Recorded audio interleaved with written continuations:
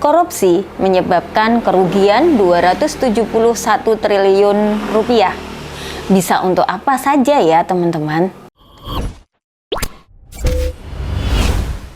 Halo teman-teman, jumpa lagi di video saya ya.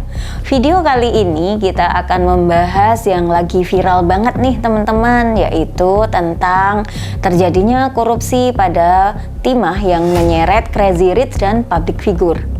Tahukah teman-teman, korupsi telah ada sejak zaman Yunani kuno, sejak tahun 1400 sebelum Masehi. Di zaman modern ini, ketika perekonomian global meningkat signifikan selama abad ke-20, kasus korupsi juga semakin meluas. Korupsi terjadi di semua tingkatan masyarakat, mulai dari pegawai negeri tingkat rendah yang menerima suap jumlah kecil sampai pemimpin nasional yang mencuri uang rakyat sampai jutaan dolar. Sejumlah kasus korupsi melibatkan berbagai tingkatan masyarakat. Korupsi telah menjadi gaya hidup di beberapa negara dengan banyak orang terlibat dalam praktek korupsi sehari-hari. Laporan menunjukkan bahwa persepsi korupsi di tingkat pemerintah sangat tinggi di seluruh dunia, dengan pejabat publik dan petugas polisi seringkali menjadi sorotan. Keseluruhan korupsi tetap menjadi masalah serius dengan dampak merugikan bagi perekonomian dan masyarakat. Dalam kasus timah, banyak yang mengatakan bahwa korupsi yang dilakukan para pelaku adalah mereka menerima 271 T. Tetapi ternyata bukan begitu ya teman-teman. 271 triliun rupiah bukan uang yang diterima oleh para tersangka, namun merupakan kerugian yang dialami Indonesia. Kerugian ekologis, ekonomi, dan pemulihan lingkungan dari korupsi tersebut dari hasil perhitungan ahli lingkungan IPB, Bapak Bambang Hero Saharjo, mencapai 271 triliun rupiah. Perhitungan tersebut dilakukan sesuai ketentuan yang diatur dalam Peraturan Menteri LHK Nomor 7 Tahun 2014. Dalam kasus ini, nilai kerusakan lingkungan terdiri dari 3 jenis. Pertama, kerugian ekologis sebesar 183,7 triliun. Kedua, kerugian ekonomi lingkungan sebesar 74,4 triliun rupiah. Yang ketiga, kerugian biaya pemulihan lingkungan mencapai 12,1 triliun rupiah. Sebenarnya bagaimana dengan awal kasus timah ini? Terungkapnya kasus korupsi ini setelah Kejagung menetapkan 16 orang tersangka yang terkait dengan perkara dugaan tindak pidana korupsi dalam tata niaga komoditas timah wilayah izin usaha pertambangan atau IUP PT Timah Tbk tahun 2015 sampai dengan tahun 2022. Salah satunya adalah ex-dirut PT Timah Tbk Mohtar Reza Pahlavi Tabrani. Berdasarkan hasil pemeriksaan dan dikaitkan dengan alat bukti yang ditemukan, tim penyidik pada Direktorat Penyidikan Jaksa Agung Muda Bidang Tindak Pidana Khusus telah meningkatkan status 16 orang saksi menjadi tersangka. Mulai dari pengusaha tambang dari Bangka Belitung, Direktur Utama CV VIP, Direktur Utama dan Direktur Keuangan PT Timah. Yuk teman-teman, coba kita bahas kronologi kasus korupsi timah ini. Tersangka HT alias ASN merupakan pengembangan penyidikan dari tersangka sebelumnya yang sudah dilakukan penahanan, yakni tersangka TN alias AN dan tersangka AA. Kemudian mengenai tersangka SG alias AW dan tersangka MBG, kedua tersangka ini memiliki perusahaan yang melakukan perjanjian kerjasama dengan PT Timah Tbk pada tahun 2018 tentang sewa-menyewa peralatan prosesing peleburan timah.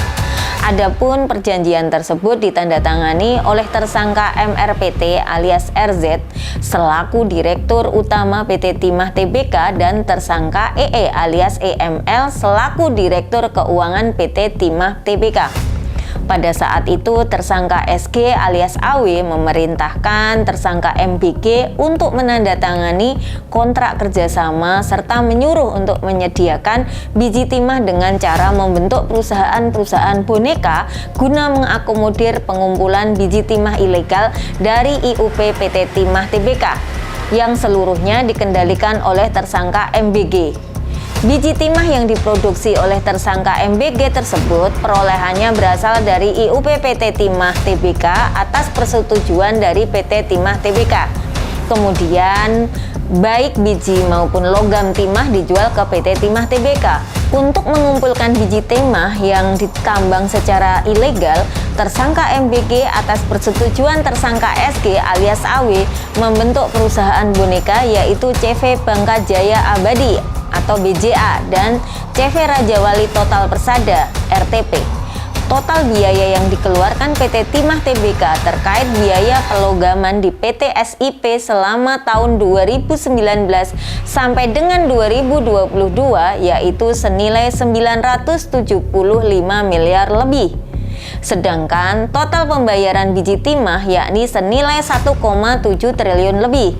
Untuk melegalkan kegiatan perusahaan-perusahaan boneka tersebut, PT Timah Tbk menerbitkan Surat Perintah Kerja Borongan Pengangkutan Sisa Hasil Pengolahan (SHP) di mana keuntungan atas transaksi pembelian biji timah tersebut dinikmati oleh tersangka MBG dan tersangka SG alias AW.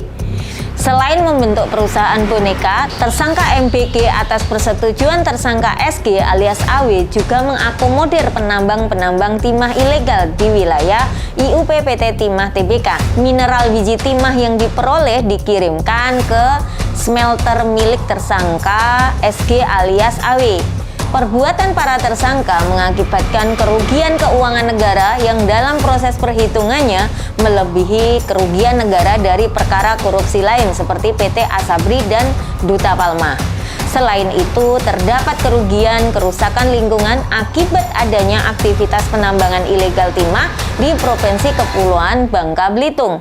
Kasus ini terus berjalan sampai baru-baru ini menyeret Harvey Muiz menjadi tersangka dalam kasus korupsi dalam tata niaga komoditas timah wilayah izin usaha pertambangan PT Timah Tbk tahun 2015 sampai dengan tahun 2022. Suami aktris Sandra Dewi itu juga langsung ditahan oleh penyidik Gedung Bundar tersebut. Peran Harvey ini mulai terungkap yaitu pada tahun 2018 sampai 2019, Harvey selaku perwakilan PT Refinan Bangkatin (RBT) diduga menghubungi Direktur Utama PT Timah saat itu Mohtariza Pahlevi Tabrani. Riza sebelumnya telah ditetapkan menjadi tersangka lebih dahulu oleh Kejagung. Menurut Bapak Kuntadi, Harvey meminta Riza mengakomodasi kegiatan pertambangan liar di wilayah IUP PT Timah. Setelah beberapa kali pertemuan, kata dia disepakati kerja sewa menyewa peralatan prosesing peleburan timah di wilayah IUP PT Timah Tbk. Kuntadi mengatakan setelah itu Harvey diduga memerintahkan para pemilik smelter menyisihkan sebagian keuntungan dari usahanya. Keuntungan itu kemudian dibagi untuk Harvey dan sejumlah tersangka lainnya. Kejaksaan menduga pemberian uang tersebut disamarkan sebagai dana Corporate Social Responsibility atau CSR.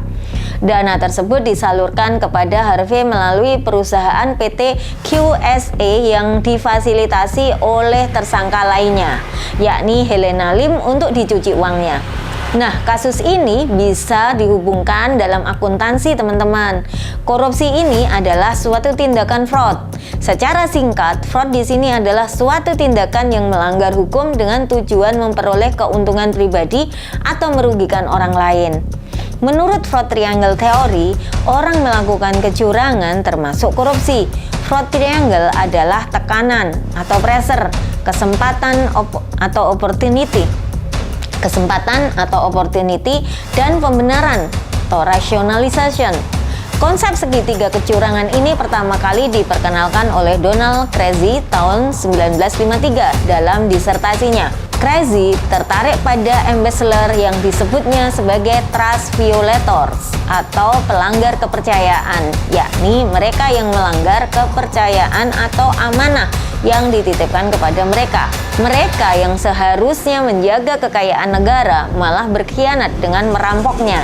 Dalam konteks pengelolaan dan tata kelola organisasi, kasus korupsi yang melanda PT Timah Tbk ini, perusahaan tambang negara yang beroperasi di wilayah IUP Komoditas Timah dari tahun 2015 hingga 2022.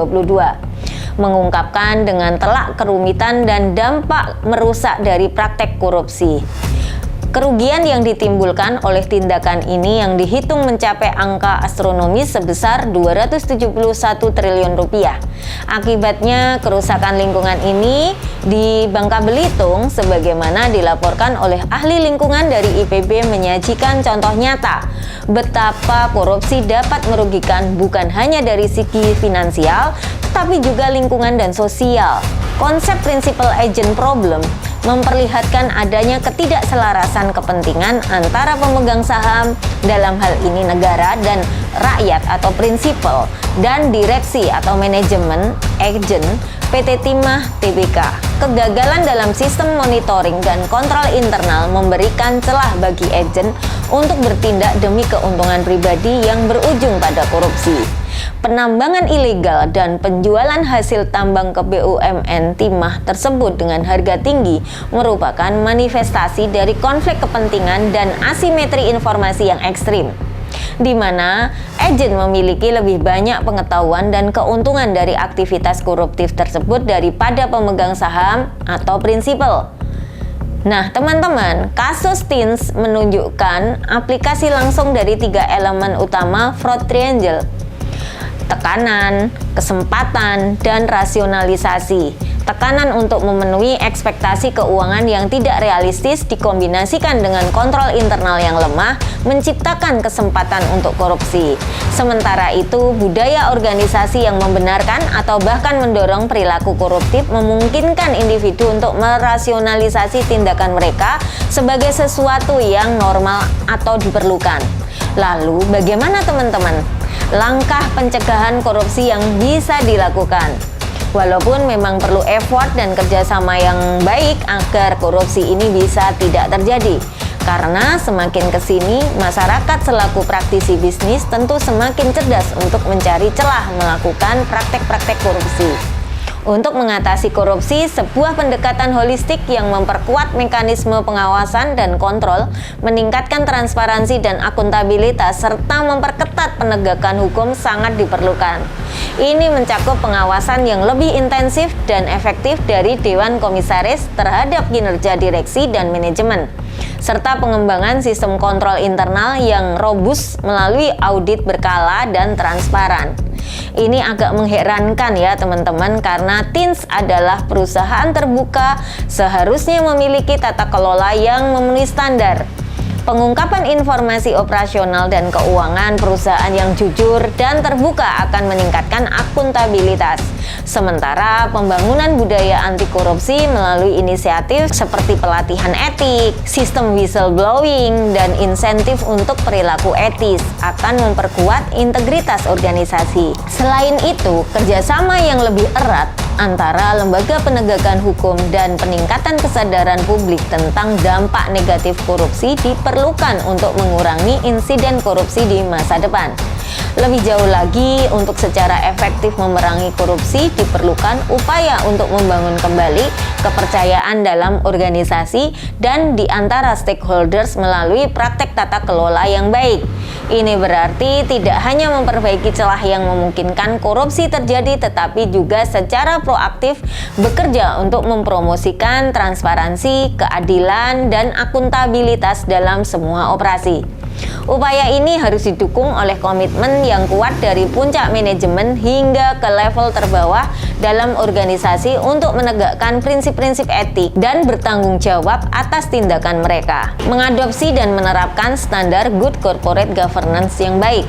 Ini bukan hanya tentang memperbaiki sistem yang rusak, tetapi juga tentang membangun ulang kepercayaan dan memastikan bahwa tata kelola perusahaan dilaksanakan dengan cara yang bertanggung jawab dan berkelanjutan. Dalam menjawab tantangan ini, TINS dan perusahaan lainnya dapat belajar dari kesalahan masa lalu dan bergerak menuju masa depan yang lebih etis dan transparan. Nah, itu tadi adalah pembahasan terkait dengan korupsi timah yang sedang viral ini ya teman-teman. Kalau menurut teman-teman, berita tentang korupsi 271T ini kira-kira menurut teman-teman bagaimana pendapatnya? Coba tolong komen ya. Sampai jumpa di video saya selanjutnya. Salam sehat dan salam growth mindset.